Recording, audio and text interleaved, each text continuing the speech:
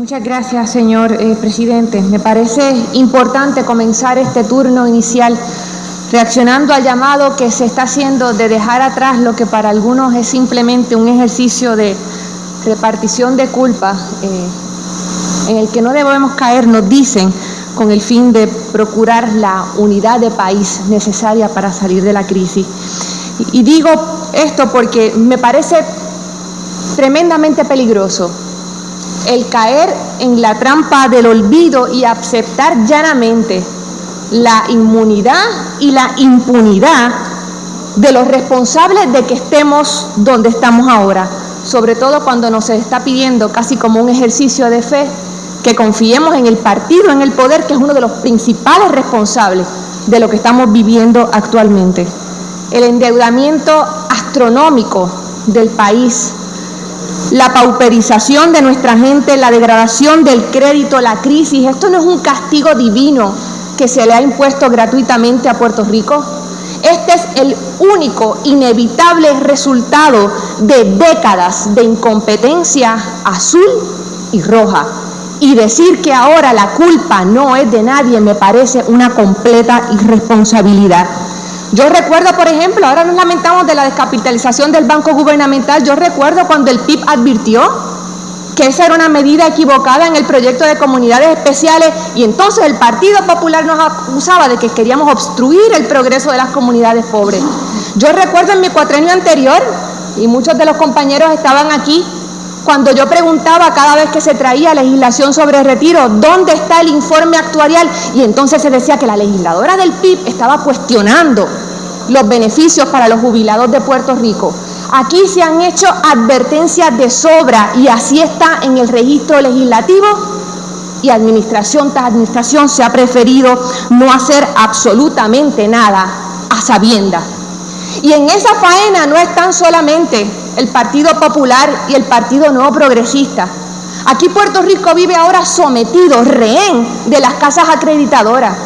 Pues esas casas acreditadoras también han tenido mucho que ver. La transacción más cuestionada de los sistemas de retiro de hace varios años se realizó cuando al momento de consumarse se sabía que ya no era posible el rendimiento que se había anticipado originalmente y se sabía que iba a haber pérdida. Y de esa transacción nebulosa por la cual no ha tenido que pagar nadie todavía, esas casas acreditadoras generaron, por concepto de asesoría, Standard & Poor's $223,000, Moody's $325,000, Fitch $390,000. Esa es la sabiduría de las casas acreditadoras que ahora nos dicen cómo es que tenemos que actuar. Ese es el colonialismo de Wall Street, que uso esa frase para aclararle al compañero presidente de la Comisión de Hacienda, no para sugerir que nos sustraigamos de los mercados estadounidenses. El que se crea que el PIB propone eso está viviendo todavía un antiindependentismo recalentado de la Guerra Fría.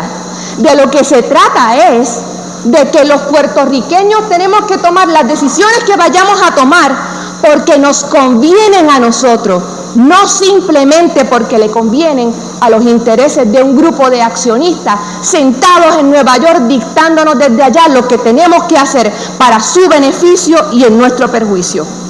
¿Qué es lo que tenemos que hacer ahora en este escenario? Desde el Partido Independentista proponemos lo siguiente. Para empezar, el gobierno tiene que sentarse con sus acreedores para gestionar una reestructuración o renegociación de la deuda pública que no debe ser, comprometiéndose como se ha anticipado, con un nuevo y mayúsculo endeudamiento que represente el pago de intereses por encima del 11%. Tampoco es la respuesta más adecuada a lo que algunos han propuesto festinadamente, pensando que con esto se arregla todo, que enmendemos la cláusula de la Constitución que le da prelación a las deudas de los bonistas. No es lo correcto porque en primer lugar no hay tal cosa como una enmienda retroactiva a la Constitución, así que no se protege ni un centavo de los 70,000 millones de dólares que ya debemos y en todo caso buena parte de la deuda que nos agobia no cae bajo esa cláusula. Lo que sí podemos y lo que sí debemos hacer es procurar que en todo caso en el futuro la deuda que se contraiga no esté cobijada por esa protección. En segundo lugar, se debe aprobar, como sugería a principios del pasado año, la permanencia de la contribución especial a la foránea, que representa casi el 20% del ingreso al Fondo General, 1.800 millones de dólares al año, que nadie ha sugerido cómo se va a reemplazar un solo centavo de esa suma una vez se extinga la contribución en el año 2017. Esa medida debe ser parte, y esta es nuestra tercera propuesta, de una reforma contributiva integral que ya propuse aquí el 4 de enero a través de la resolución del Senado número 8, sobre la cual el Senado no ha hecho absolutamente nada, para, en primer lugar, acabar con la distinción ya injustificada entre las corporaciones exentas que negocian en cuartos oscuros sus decretos y pagan menos del 2% de tasa efectiva, y las corporaciones no exentas, que son las que llevan la mayor parte del peso y que son en todo caso las que representan el capital puertorriqueño. Procurar la fijación de tasas que no sean confiscatorias, pero que representen un balance justo entre aportaciones y ganancias. Y sobre esa reforma ya existe y está documentado a través de la prensa del país un consenso entre los economistas de distintos sectores, una propuesta que debe estar dirigida a la unidad, a la simplificación, a la prevención de la evasión, a la que el Departamento de Hacienda no ha podido hacer frente, y creo que el dato que más elocuentemente lo demuestra es que a pesar de que ha aumentado el ingreso neto nacional en nuestro país, han disminuido las tasas de recaudo, algo completamente injustificable.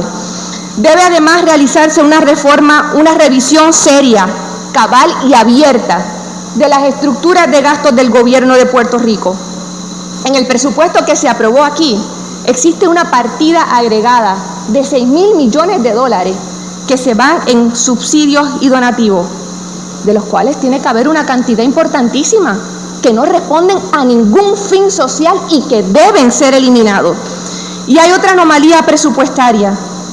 En los últimos años, de las tres partidas agregadas más altas del presupuesto gubernamental, que son nómina, subsidios y el servicio de la deuda, los subsidios y el servicio a la deuda continúan aumentando, y la única que se reduce, que es la que resulta en un detrimento para la actividad económica, es la de la nómina, lo que puede explicar buena parte de los daños que se causan a la economía en contracción.